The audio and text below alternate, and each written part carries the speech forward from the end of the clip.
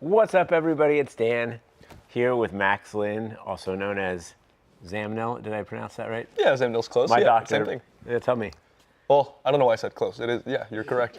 My doctor prescribed XAMNIL, so here we are. Yeah, love it. Let's get into it. How's everybody doing out there? It's Dan. We're here with another Telecast Tuesday and fantastic technical production on the back end from B. We've got Hajun in the house holding down some of your questions. We've got Brendan holding down some of your questions. And of course, we have Sid here in the chat. So, really glad to have you. Thank you. We've known each other for a couple years now, and you've done quite a few really cool projects with Atlas. And I just love seeing your work. So Thank you. It's so cool to see the things that you bring to the table and the way that you approach creativity. And I was just curious, how did you get started as a visual artist, and sort of what are some of the things that inspire you? Yeah, so I think, well, first of all, thank you. It's just been a pleasure to work with you guys, and it's been so fun just being here throughout this whole process. But to answer your question, I think my start as a visual artist, I would say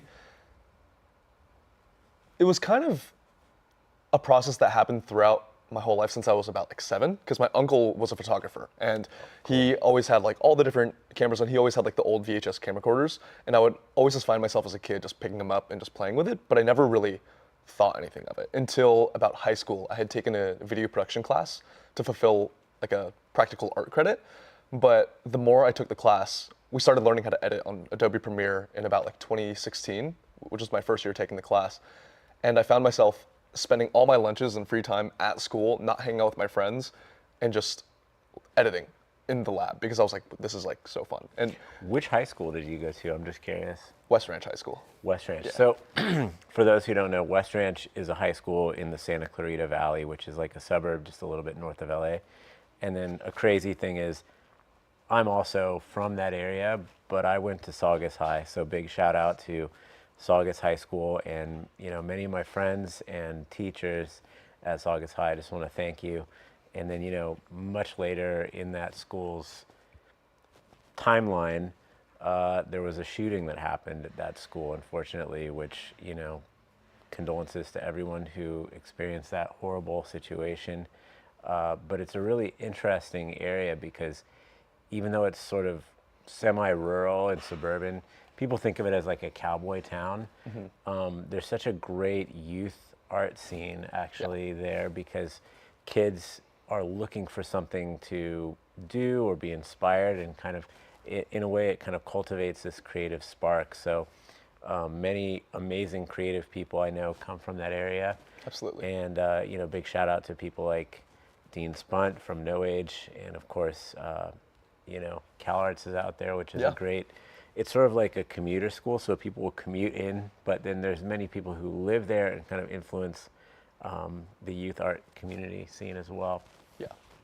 So that's super cool to hear that you were inspired by some of the things that your uncle was photographing, and also your access to those cameras. Mm-hmm.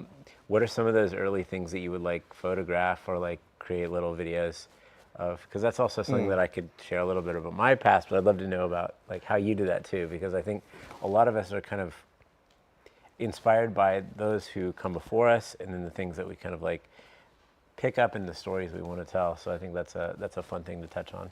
Yeah, absolutely. So the first things that I really felt gravitated towards in terms of any sort of video media that I consumed, it started when I was before I started filming stuff for fun, I was watching, do you remember the website stupidvideos.com? Mm-hmm. From ages ago? That was YouTube before YouTube for me. So I was watching those videos, and then as YouTube became a thing, I started watching tons of Ryan Higa videos.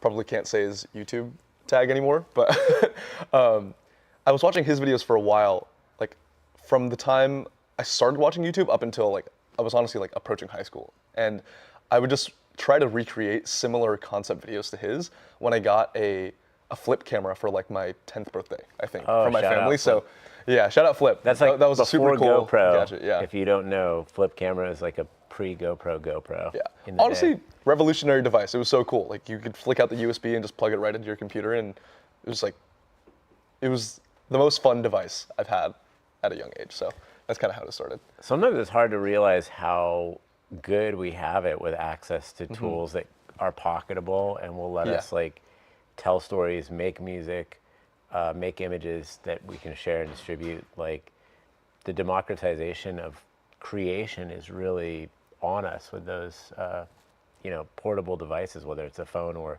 a flip camera or a GoPro. So I think that's really exciting to see and to recognize. Yeah, absolutely. It was a good time. Like, I think the flip camera was like my start into just filming anything that I wanted to, but then that quickly kind of died out. I was like this kid with no attention span, and I would just like try to play with whatever I could. But the video editing was for sure the thing that like skyrocketed everything for me. That's one of the things I'm personally like the absolute worst at is editing, because you can take it in any direction. So I'm really a big fan of creating an image, capturing an image that I'm in a moment. And so like some of the best photographs are the ones that you don't get a chance to take, or the best images. So in a way, our mind can kind of like be trained on those experiences, and then that can inform the way that we kind of approach photographic endeavors, I guess you could say. But I'm so glad, that really shows in your work too. Like your commitment to the edit is really there. So Thank you. love that. Yeah. I'm curious to hear, what about editing do you not like? Or what turns you off from editing? I think the possibilities in post-production are essentially endless. Yeah. And so I'll be vulnerable for a moment. My fear is endlessly being at the computer, because I'm one of the first generations that grew up with a computer, like a personal computer. And I remember being 5, 6, 7 years old and being so into the computer that I would literally spend all day with my Apple IIe, like writing programs in BASIC, learning how to code basic programs, and running those programs, going through, reading other programs, like reading the code and understanding it, and then modifying the code from other people's programs. And it's so easy to become docile and kind of like passively captured by a device. And that's one of the reasons that I'm not a gamer these days, even though I think there's so much cool opportunity and interest that can be captured from video games and from digital experiences. But I had to break away from that because I didn't want to be in the computer world for the rest of my life. So I think the endless possibility is what my fear is with editing. Yeah, definitely. And just that you could be in there. And then I think also because of my commercial pursuits, so part of my career experience was like realizing that I wanted to become an image maker, make great photos, make great videos, and then do client work. And then I saw that if you're doing client work and you have clients that can endlessly ask for revisions on an edit, oftentimes they will. Yeah. Whereas one of the boundaries in being on set is we're going to be there for 12 hours. Yeah. If it's over 12 hours, we're going to get paid more. So they want to try to keep it under 12. Right, And right. ideally under 8 in a perfect condition. Yeah. So I like doing the most in the least amount of time. Yeah. Like optimizing the result given the constraints of time. And I don't like to be on an endless clock, except that you're being rushed. Yeah, So I think yeah. that just sort of also ties into like my experience as a youth where, we'd have a homework assignment Yeah. and it's like, oh, your term paper is due and we have to like write an essay. And I could write the essay in like an hour or 2 hours, but Right. you often find yourself really excited putting it off and procrastinating. Right. And then you're like on the bus on your way to school, like furiously trying to write it. And then sometimes you think you do your best work under that kind of pressure. Yeah. And I don't know, I'd be curious like your take on that, because I know that you are also someone who, as some of our colleagues say, do a buzzer beater, where it's like, the clock is ticking and you have to make the shot before the clock runs out. And that can inspire some really amazing work, but it's also kind of a stress generator. And then sometimes we find energy from that stress, which can be both a pro and a con, right? So I'd be curious like what your take is on that. Absolutely. So when it comes to editing as like a task with a deadline, I think to your point about being rushed, for example, whether it's a homework assignment or whatever other deadline you may have, editing is very similar, where oftentimes I would argue that having a tight editing deadline is not a good thing creatively, because then you just have to rush, and rushing makes things less perfect, right? Nothing's ever going to be perfect, but it's more likely to create a result that's further away from perfect than you would like it to be as the creative, right? But at the same time, I think in certain scenarios, in many scenarios actually, it's like, I feel like it's 50-50. Having a tight editing deadline is actually extremely helpful. So for instance, when we did our first month-to-month series, or the first 2 projects for month-to-month in December, because I was out of the country and I'd come back and people were dropping out left and right, I had to reschedule both shoots to be shot on December 30th, edited on the 31st, and delivered that same day. So both of those videos were like an extreme buzzer beater, True to say the buzzer least, beater. right? So that was like, all the scheduling didn't work out between the artist and the fashion brand prior to that, even though I had time, but I couldn't do anything because I had no footage to work with, right? So I think having the buzzer beater really just kind of forces you to like create your own correct answer, right? Even though there's no necessarily wrong or right answer when it comes to editing, especially for the music video, I had much less of an idea of what I wanted it to look like in the editing room versus the fashion video. The fashion video, I had came up with a whole concept, and just because like the pre-production process was different as well, I had worked with the client to just know exactly what I wanted the edit to look like before we even shot it. So to me, that was a lot easier. But for the music video, for example, the artist was a lot more free-flowing, a lot more spontaneous, and he didn't really have a very particular plan on how we wanted to execute everything, and neither did I. So when it came to the editing room, it was a lot of just like, I was definitely in a rush, but I also think I put out a lot of decent work that I was very happy with in terms of the result. So That's a great worked out. feeling. I mean, I can completely understand that, especially there's something magical about knowing that your constraints are either a budget constraint, a time constraint, but knowing a constraint, recognizing it, and then optimizing around the constraint often gives you really magical results. Yeah, absolutely. So I think that's something that we can use as creatives as a tool, Yeah, as long as we identify that and then, lock in on it, so to speak. exactly. Yeah. Cool. So for those who don't know, just tell us a bit more about who you are, what month to month is, how you connected with Atlas, like what are your favorite things about Atlas, and we can kind of riff. I don't want to like give you No, too many you're questions, so good. but that's, for those who don't know, tell us more about yourself. Yeah, so my name is Max. I guess online and as a director alias, I go by XAMNIL, but it's literally just my name backwards. I often meet people and they don't recognize it at first, and then maybe months later they'd be like, oh my God, it's just her name backwards. It's not any sort of creative meaning. It's just because my Max Lin as a username was taken when I was in like 6th grade.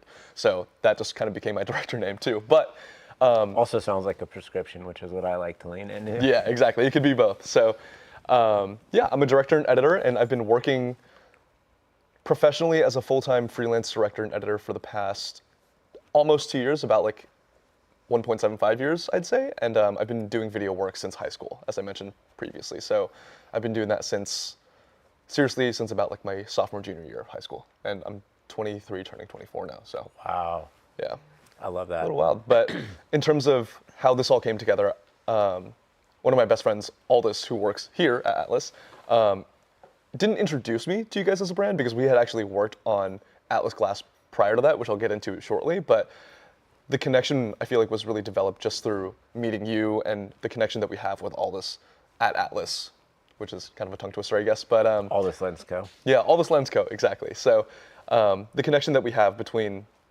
all those different people and all the different communities that we have surrounding Atlas as a whole has been very special. So I'm very glad that we got to work together. And the story of how, I guess, I really started to get interested in shooting on real, like, I guess, like, proper cinema glass was the first anamorphic lens I had ever heard of was actually Atlas Glass. Before I knew any of you guys, before I knew anything at all. Wow. So I think I was in my second to last year of college, and I was working with one of my friends who's also an artist named Adam, and we shot No Milk, which was one of my favorite music videos. And that was the first time we had ever shot on any sort of cinema glass, an anamorphic glass at all. So like the first like big boy budget like rental that we ever made was it was an A set of the Orions. So I don't remember exactly which focal lengths those were, but we spent basically like the whole budget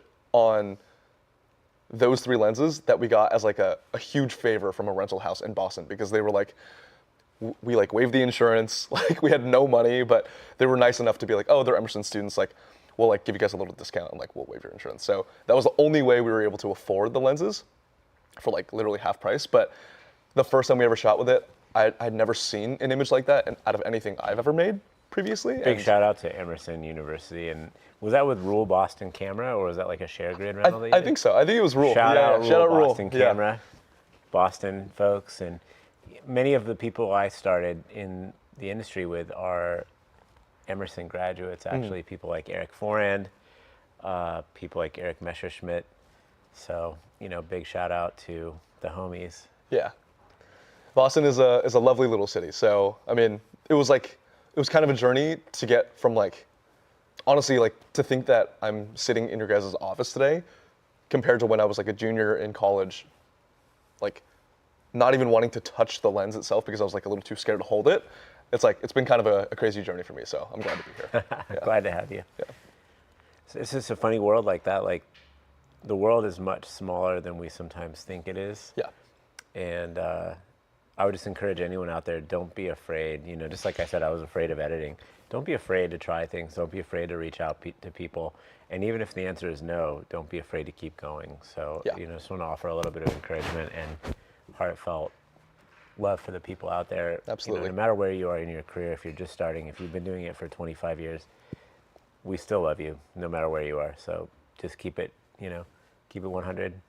I don't even know what I'm talking about, except we care.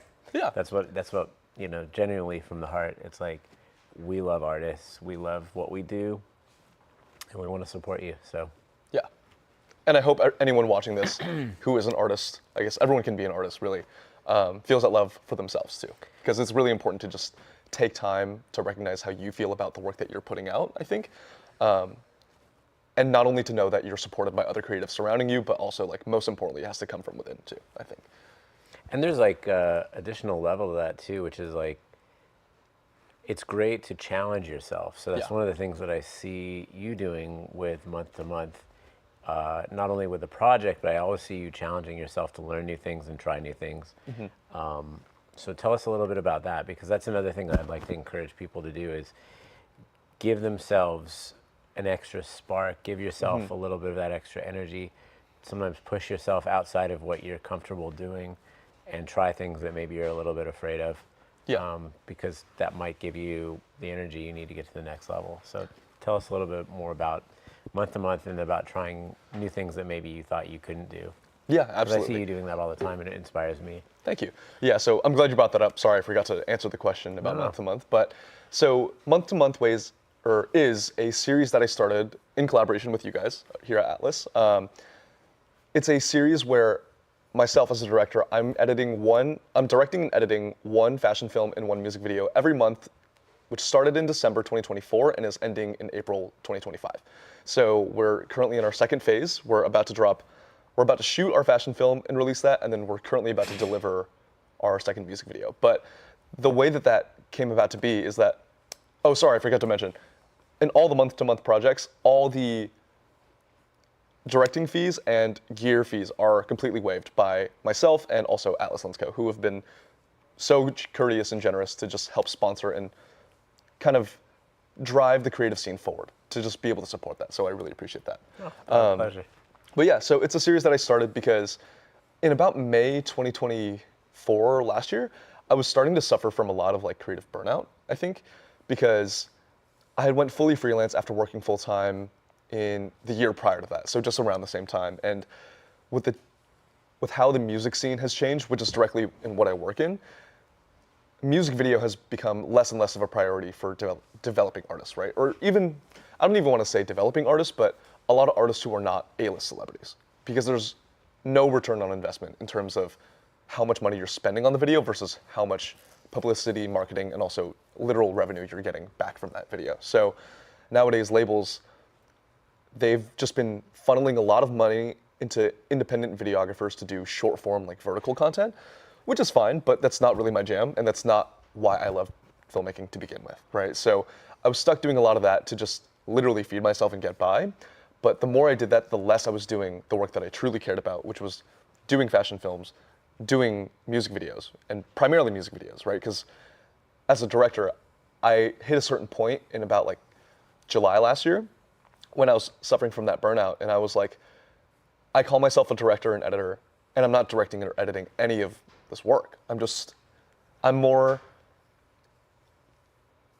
not that this is a bad thing at all, but like for what I want to be, I feel more like a videographer who's just capturing stuff instead of an artist. Because I'm being told like, oh, go shoot these things, but I'm now making content that is not even really memorable, which to me is like the biggest heartbreak, right? Because I want to make stuff that lasts in people's minds, that make people feel a certain way and inspire people, at least in some way. So the more I was doing short form content, the more I just got burnt out. So I told myself, enough of that. I need to start taking myself seriously as a director and editor. And I don't even care if I get paid. I am just going to do one video or two videos a month, both in the categories that I really want to see my portfolio develop forward, which is music video and fashion film. So the more I committed myself to that, even though it was free, I was like, this is what I need to do. Even if I'm not making money, this is the right answer for me. So that's kind of how that developed. Cool. I love to hear that. I love to see people challenge themselves. And I know you also personally challenge yourself with running, which is something that we share. Like if you asked me 3 years ago, hey, do you think you could ever even run a mile? I'd be like, not going to catch me running a mile. Yeah. But now I run 5 miles once or twice a week. And then every day I run about 2.5 miles daily. And I love it. And I'm pushing myself to grow more and more in running. So tell us a little bit about that, because I think that's something that initially it sounds absolutely horrible to me. Like if you're like, hey, you want to go running? I'd be like, no, please. But now it's an addiction.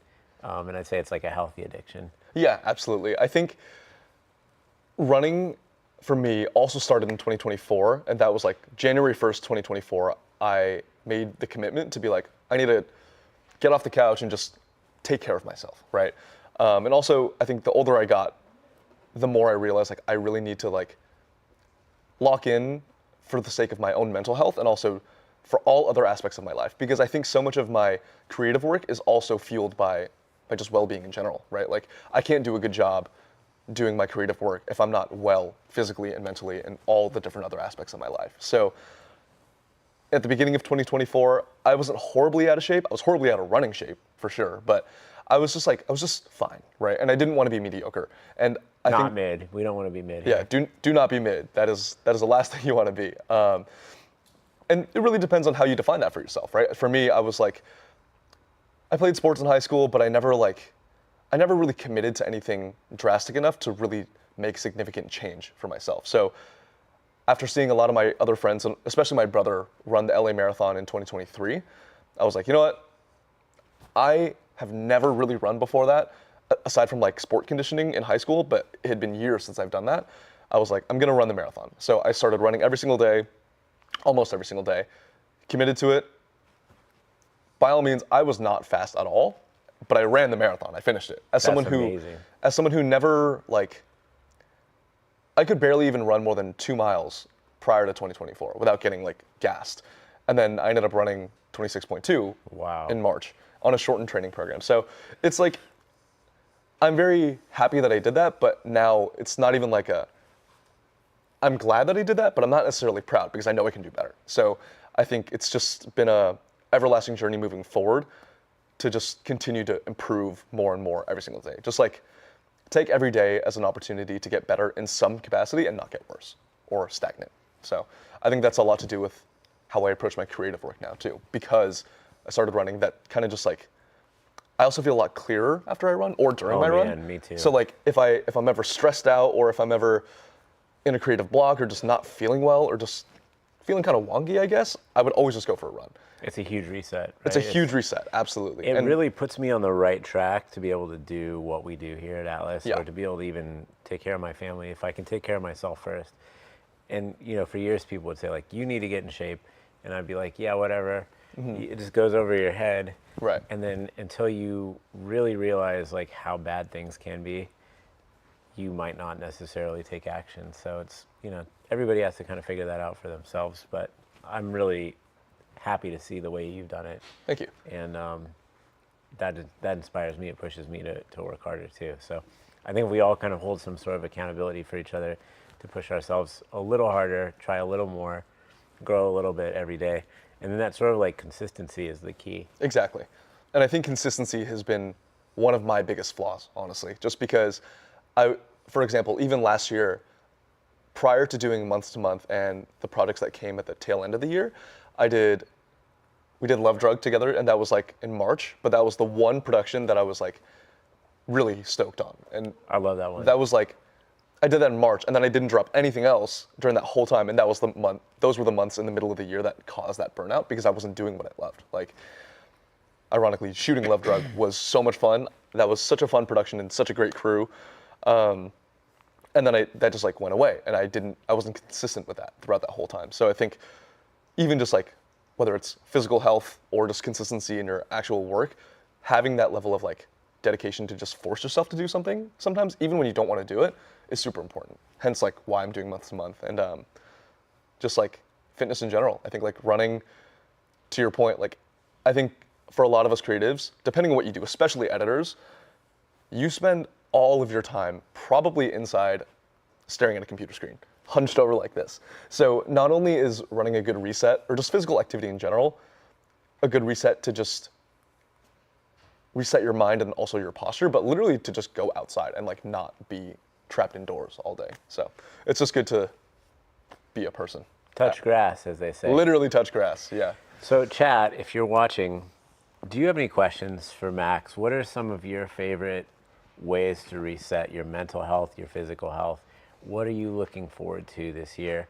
It's a crazy time in America. We're in a kind of a scary, oligarchical, semi-fascist time.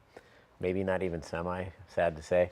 So we kind of got to look out for each other. We got to look out for our future. Yeah. Chat, what do you want to ask Max Lynn? And what are some of your ways to reset, to take care of your health, your community, and those that you love and care for? Let us know. We'd love to hear from you. And if you have questions, drop them in the chat. Let us know. Absolutely. And one other question I have for you is, while we're waiting to hear from chat, when you're looking for a new project, what is your process like for when you select the projects that you take on? And are you following a rubric? Or what are some of the specific things that you like to look for? I guess if I narrow it down to fashion and music video, right? I think my process is slightly different for the both of those. And also just because the person behind each of those, or the person behind each like company or artist is very different every single time, right? So I think for me, musically, I honestly do not care about most things except for whether or not I like the song. And I know that's selfish, but I think if I'm choosing the work, I get to be selfish in that regard, because also it's selfish in that sense that I only want to work on things that I want to work on, right? But at the same time, it's kind of, I'm trying to do everyone else a favor, because if I choose a song that I don't like, or that I'm just kind of okay with, I'm not going to do my best work. And not because I'm choosing not to, I literally can't, because my passion is not at the level that it would be at for a song that I really love and care about, right? So I think a lot of it, regardless of genre, if I really like the song, ideas will just flow to me naturally. Versus if there's a song that I don't really love, it's a lot harder for me to force myself to come up with an idea, which I'm sure I could do it, but I don't think those ideas would be nearly as impressive or fun to work on as a song that just like, I just know the answer right away, you know? And oftentimes a lot of the artists do have their own concepts that they bring to the table, which I love. I love when artists are really involved, but either way, like regardless of whether or not they have anything, if I like the song, something good is gonna come out of it, right? So that's for music video. In terms of fashion, since I'm still getting more familiarized with the fashion scene, I think a lot of it is based on the creative concept that I can come up with based on the clothing that is readily available, or whatever the the creator of the brand or the designer has in mind already. Because oftentimes, similarly, the designer will also have a lot of creative concepts in their mind that they'd like to execute, and then from there, it's just this wonderful collaboration that just unfolds naturally by itself. What would you say are some of your influences in terms of your personal fashion? Because like everybody, depending on your body type or your style, may have different fashion sense that makes sense and works for them. Like if we look at someone like the great David Lynch, rest in peace, to me, David Lynch is an icon, not only in terms of his work, his heart and spirit, but also just his look. That guy, to me, embodies like the coolest look I could possibly think of. And, you know, I don't think I can look that cool, but it would be pretty neat if I could. So in a way, that's an inspiration for me.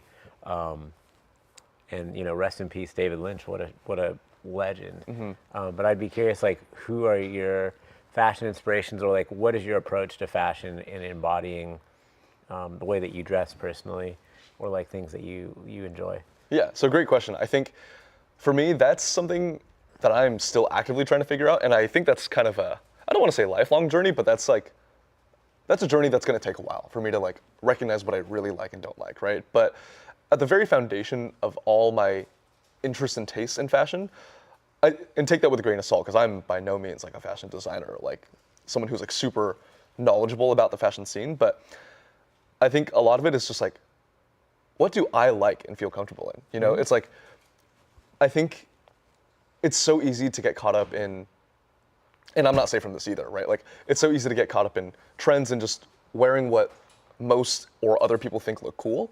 But if you like the way certain things fit that are not traditional to the current scene, it's like, you should just wear it, right? Like, I think it's so important to just express yourself in the way that you want to and not in the way that other people are gonna, or you think other people are gonna perceive you as.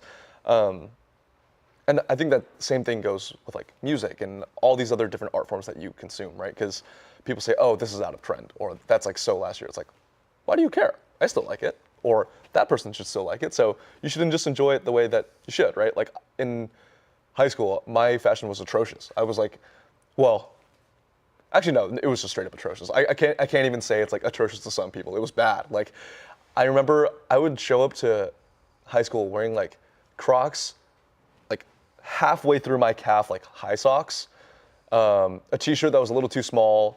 At the time I was also like really out of shape, so it looked extra funny, and I wore this huge blue fanny pack to school every single day. And I wish I was kidding. I genuinely, unironically wore that because I was like, I feel confident and comfortable in this, and I love it. And I wore it, and now I look back on it, I'm like, wow, that was like really bad. But I don't care, because at the time I loved it, right? So now it's just like, it's still just seeing what I like, and I really like things that are simple and consistent that I can just wear with anything. Because I'm lazy. Consistency is such a great thing. I mean, you know, those who know me know that I'm literally always wearing the same thing, and that's because I've identified what package of pants from Uniqlo are the pants I could basically wear the rest of my life. Yeah. And what shirt it's a basic short sleeve button up that I could wear the rest of my life. And then I don't have to make those decisions. And then the way that I accessorize is either with different shoes or with a watch band, and that's it, or the glasses. And those are like the end effectors, but everything else is super utility for me in terms of just getting it done. Yeah.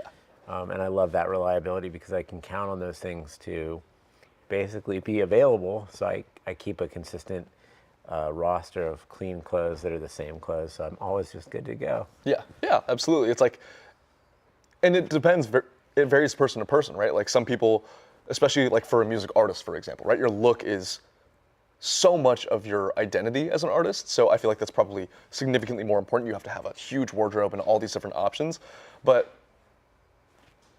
it still varies from person to person, right? Like for you and I, it's like, whatever is gonna be reliable, comfortable, and you don't have to put like extreme amounts of thought into, and it gets the job done well, great. Like that's all I care about. And especially being on set too. Like I would never want to show up to set like dressed in this full like dripped out outfit that I like put so much thought and effort into, because like how am I gonna do work on set? You know, like if I'm afraid of getting my clothes dirty, how am I gonna like be productive on set? I feel like that makes no sense. So, you know, I like function a lot. Down with that. And shout out to your Carhartt. I like that. That's Yeah, like, thank you. you know, great, reliable workwear, looking good. Yeah, exactly. Just nice and simple. So, So, do we have any questions coming in from the chat? I'd be curious to see if anybody else out there would like to ask Max or myself a question. Question from Master Wanderer Media. Any advice for freelancing abroad? Freelancing abroad. I wish I could give some advice, but because I have not freelanced abroad, like outside of the US, I can't confidently say anything. And I wouldn't want to give you any false advice, just like coming up with something out of thin air. So I wish I could help.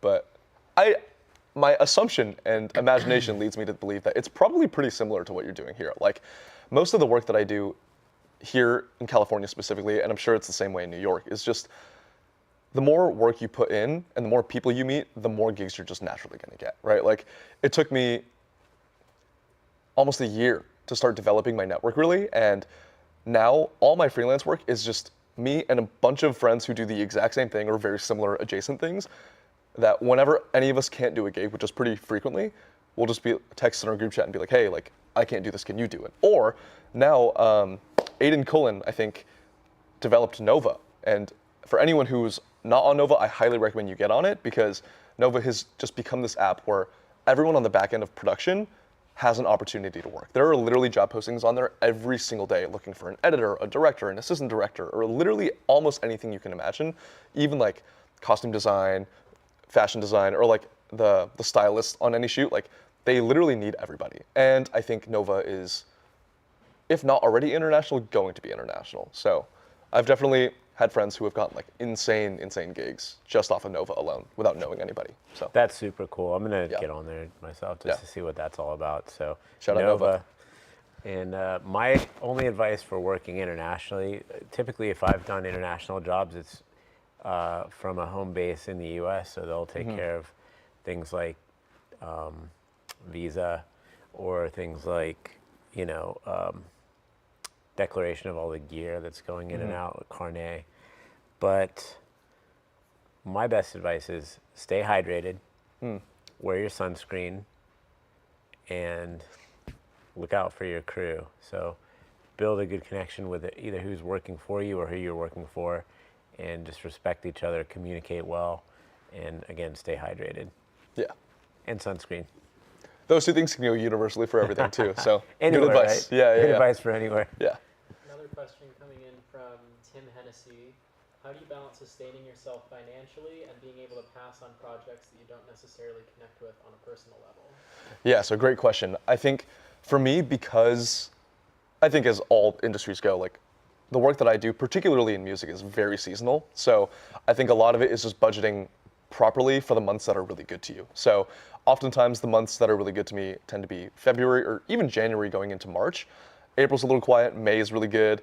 And then the worst months for me are always like in the dead heat of the summer. So it's like August, July, horrible months for me. But then September into November is always pretty good to me too. So anytime that you have a constant influx of work, I would say try to take on as many projects as you can that you can resonate with, or that you would personally feel connected to, right? And I think the hard answer for me is that you have to just put in a lot of work. For example, for month to month, I'm not getting paid for any of that stuff, and I chose not to because I didn't want to.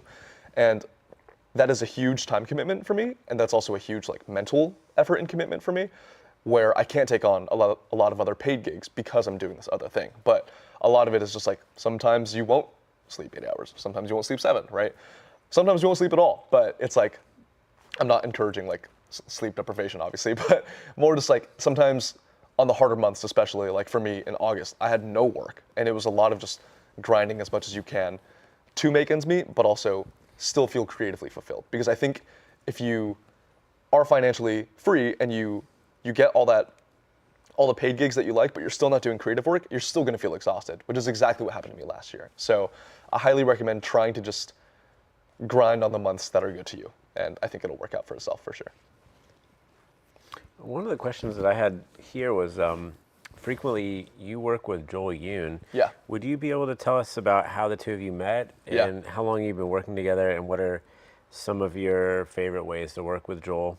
And then when you guys are working quickly, What roles does Joel play in terms of supporting you on those quick shoots? Yeah, so it's so funny. I hope Joel's watching this right now. Shout out Joel. But we have known each other since like 5th grade. So Wow. we like went to the same elementary school, junior high, high school. We didn't go to college together, but like we literally grew up together. And I think since high school, we both, same thing. We both took the video production class. We both went into West Ranch TV, which was our high school's like TV and film program. And it kind of just became this like, I don't even want to say like Michael Jordan, Scottie Pippen. It's just like Michael Jordan kind of duo. And we just like grew up together, literally, not only creatively and career-wise, but also just like as like he's one of my best friends. You know what I mean? So I think that's been hugely important. But we all started doing video work in high school, and we would always start just like double spearheading everything together. So we would always both be editing. Either every project was different. Sometimes we'd co-edit throughout the whole timeline. Sometimes he'd literally do the first half, I'd do the second half. But most of the time, we'd always direct the stuff together. And we were just like high school videographers who didn't really know everything about what we were doing at the time. So that was a really fun time to just like learn and grow with him, because without Joel, I wouldn't be here today too. You know, not to say that I'm like an Oscar award-winning filmmaker, but I've developed quite a bit, and same for him. So now the roles have changed a little bit. Joel still directs, he writes a lot more now, and I don't really write at all, because I don't write too much narrative yet. But Joel likes to produce, direct, and write. And those are the strengths that he's extremely good at. Meanwhile, I think for me, we both share that directing sense. I'm not that great of a producer because I'm not as logistical. But Joel is really good at finding different avenues to just make money go really far when we need it to. So that's been hugely important, especially for the month-to-month projects. He's been helping kind of just do everything. It just feels like we're like on an elevated, we're just like two high school kids that like grew up together and like are working on bigger projects. Like we're still working together. He's like even willing to gaff for me when we don't have the budget or capacity to hire another gaffer, right? But he's also producing and ADing on like smaller sets, right? So it's a really good time. It's really amazing when you can have those kind of collaborators that you can count on to help fill in those areas that, you know, no matter what it is, they understand what the situation is, and they can sometimes even identify before you even identified what Yeah. needs to be done, and then they're already kind of preemptively helping figure it out Yeah. and move things forward. Absolutely. And I'm glad you mentioned that, because one thing I forgot to mention about Joel is that I think the most impressive, or one of the most impressive things that I see, is that Joel is a person who will always ask why, right? Everything that he does is always done with intention. And for me, I'm kind of just like I naturally, just personality-wise, tend to gravitate more simple. I'm just like, oh yeah, like we're just doing this because of insert answer, right? But anytime we're working together, he'll always be a couple steps ahead of me and think why we're doing something and how we can make it better before we even reach that point, right? Which is super and extremely helpful on set, because, for example, if there's a lighting setup that isn't working or doesn't look as good as we need it to, he'll always think, why is it not working and how can we adjust it to make it look the way we want it to, or even better, right? So that's like, it's always super important to have someone like that, whether it's a friend or collaborator, hopefully both, right? And it's definitely a blessing to be able to work with him. So That's amazing. yeah. And I like your approach. Sometimes, you know, there are people who methodically want to write out everything that happens in a film perfectly on the page, and then there are people who are more improvisational. And I typically like to find myself somewhere in the middle where I'll have a framework or a pitch treatment for an idea, and then you, as you're going, discover things that are nuanced that can make a project even better. But I was curious, looking at the film Drift, which we'll show here in a minute. Actually, should I just play that while we're talking? Yeah, let's do it. And if you haven't seen Drift, you can find it on the Atlas Lens Co. YouTube channel. So let me see. I might have to get Sid in here to put the password in this computer for playback. So don't mind us. But while we're talking about it, tell us a little bit about your approach for Drift, which is a short that you did using the Orion series telephoto lenses, the 135 and the 200 mil. So yeah, tell us a little bit about that if you don't mind. Yeah, absolutely. So this project I didn't work on with Joel, but this kind of concept came to be around the same time that I told you about creative burnout, in about like July time. I think I had come up with this concept because I was so sick of working what I was working on that was paying me, but I was like unhappy, you know? And I think being unhappy in your work is like the worst thing ever because it's so much of like how you sustain yourself and how you spend most of your time in your day-to-day life. So Drift was really just my first effort into writing a little bit. And shout out to Christian Waite and PJ Namkung, two of my best friends as well. They helped me write this all together. Christian came up with the foundation, and then PJ and I edited the rest of the script that you see in this film. But I really wanted to just make something that made me feel reconnected with who I was, regardless of whether or not I was creative, right? Just as a person. And I think when I was super stuck in working on all these different projects that weren't really fulfilling me, they're all still in the city. None of them are really ever in nature. And I was just constantly stuck either between shooting in a very chaotic city or being at home locked away in my room editing those videos that I didn't care about, right? Or didn't feel creatively fulfilled by as much, right? So when I was doing that, I was like, nature was such a huge element to this film because I hadn't gone out to just exist and just be in the world. And as I see it, as you see, most, if not all these shots are all in a very like naturey, kind of like serene place. And I think I really needed that, not only for myself, but also myself as a person, but also to just creatively re-inspire me. So yeah, that's kind of how Drift came to be. But as you see, I'm in the film, which I'm never usually in, but it was a fun time to shoot. And on the telephoto lenses, I think it was the perfect lens to shoot on. We only shot on the 135 from start to finish. So wow. Every single thing that you see in this film is on an FX30 with the Atlas Orion 135. So there's no other camera, there's no other lens used. And it was so much fun because when you're that tight and up close to a subject, I feel like a huge part of the film that I wanted to emphasize is the feeling of like textures and like the fine nuances and details that are really hard to explain in tangible words, right? I feel like Drift was definitely more of a feeling film than it Yeah. is a actually like, here you go, like this is an in-your-face kind of film, right? It's just like, I want people to watch it and just feel a certain way. And maybe not even be able to articulate why they feel a certain way, right? I Just, mean, it worked on me. I got chills watching I'm it glad. the first time, and it's a visual poem. That's the best description I could get for it. that's the goal, yeah. It's a banger. Thank you. Yeah. I think it's one of my like calm, like low-key bangers, I think. Oh yeah, that's sometimes like what you need. Yeah. I think that's what we all need sometimes. Is Yeah. a little bit of a refresh, a reset, Yeah. meditation. Yeah, it's supposed to be a meditative film. And it was really cool because when I had pitched this idea to PJ, he was the first person to hear about it before anyone else because we were living together at the time. And I was like, hey, I want to do this like film that is completely different than what I normally do. Because most of my stuff is like kind of loud, in your face, kind of like punchy music video stuff. But I was like, I want to do something that's just like not like that at all. And we were thinking about it, and I knew I wanted to do a voiceover kind of narrating throughout the whole thing from the start. And in my head, the only person I could even think of that I wanted to work with was Eloise, who we actually managed to get for the video. Wow. So shout out Eloise, shout out Bailey, and their whole team. They were super, super sweet and super kind throughout the whole process. But literally one of my favorite artists to listen to their music, we managed to get to voiceover for this film, which I was That's so amazing. happy about. So Wow. yeah, Super cool. thank you.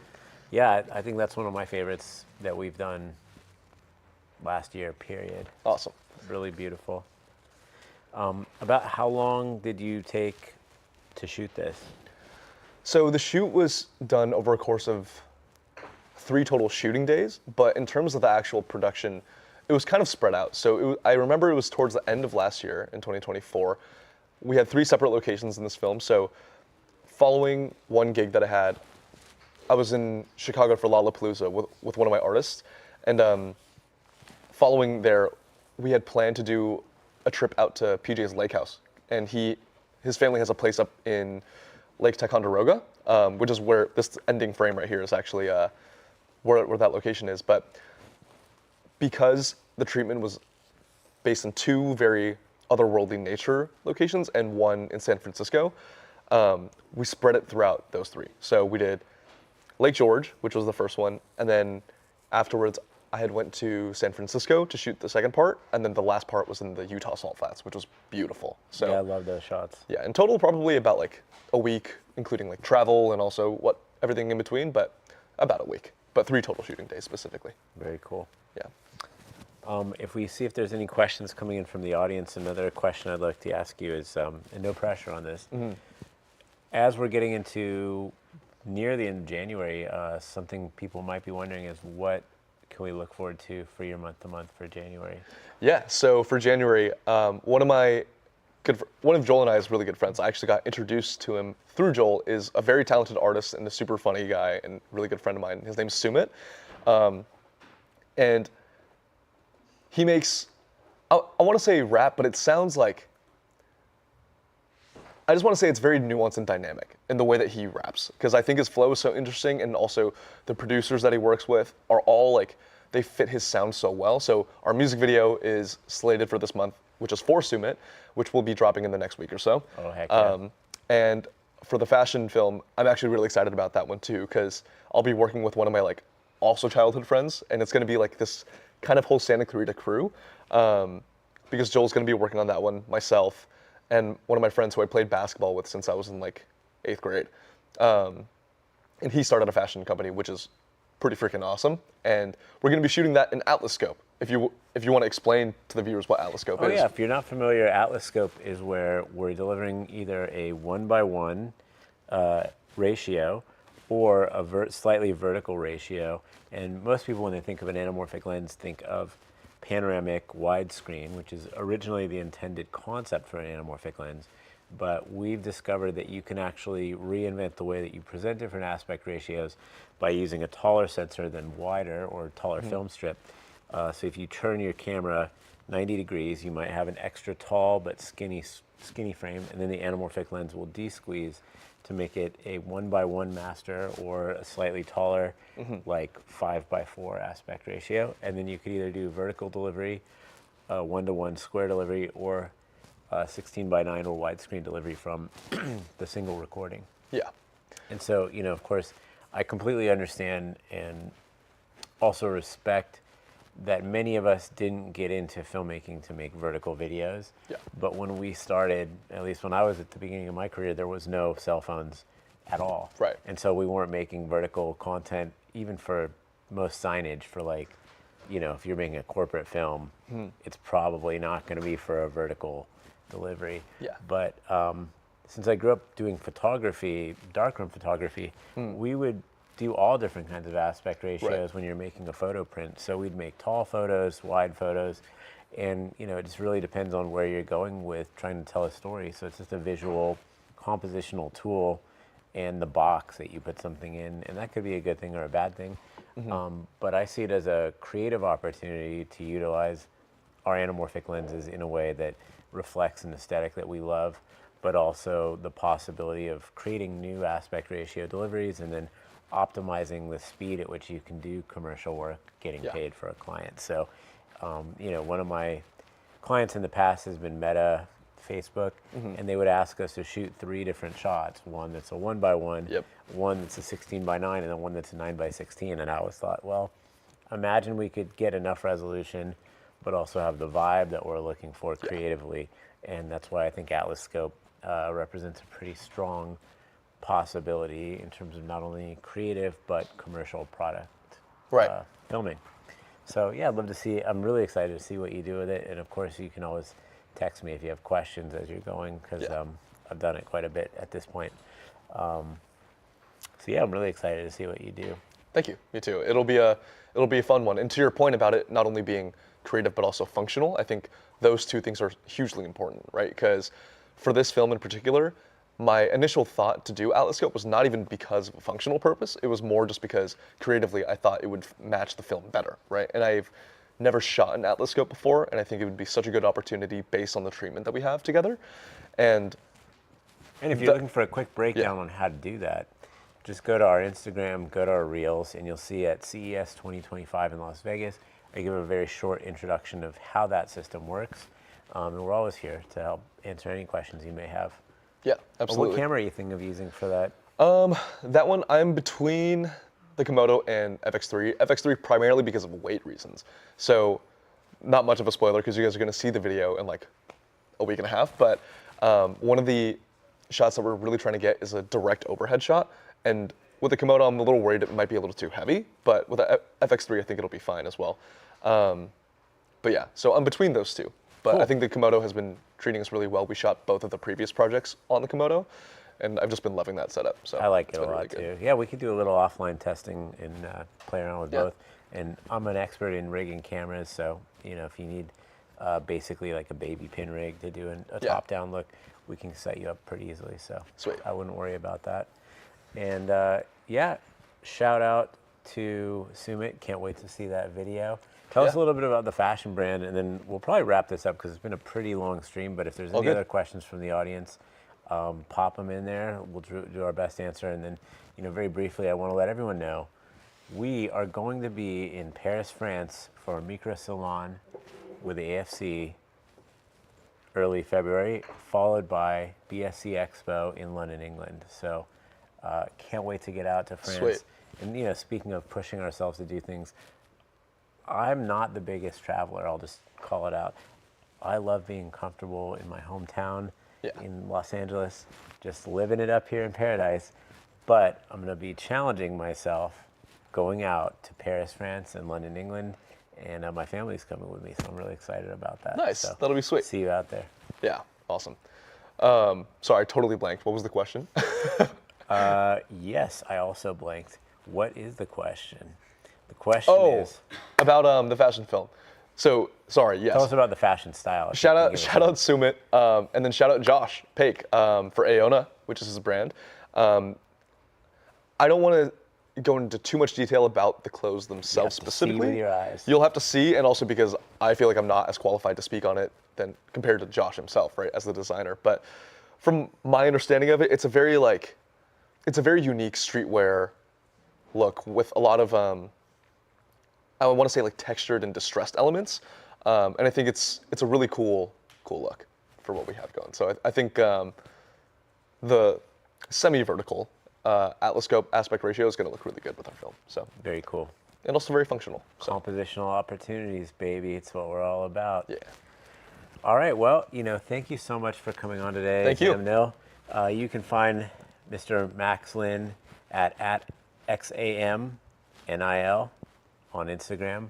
Also, YouTube. Anything else you want to plug before we sign out? not really. Just stay posted for month to month. I'm very excited to show everyone what we have in store and follow along. It's going to be a good time.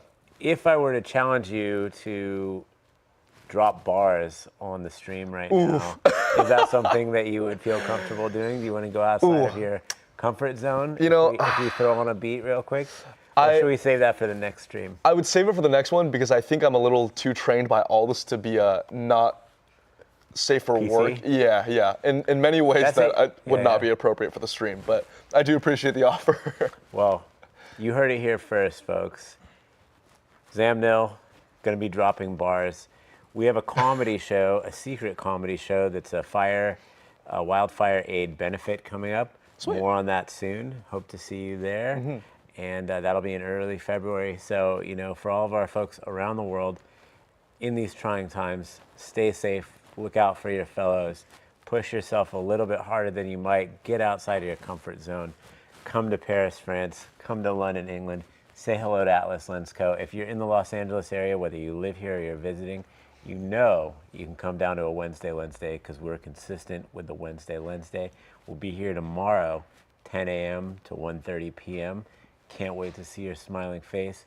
Have some free coffee, have a bagel, shoot the bull. Let's have some fun. We'll see you out there. And thank you again, B, Hajun, Sid, Brendan, Devontae, everyone here at the Atlas office is helping us put together this live stream today. We're looking glowing, and it was a great interview with Mr. XAMNIL today. So we'll see you soon. Shoot on Atlas. Be well.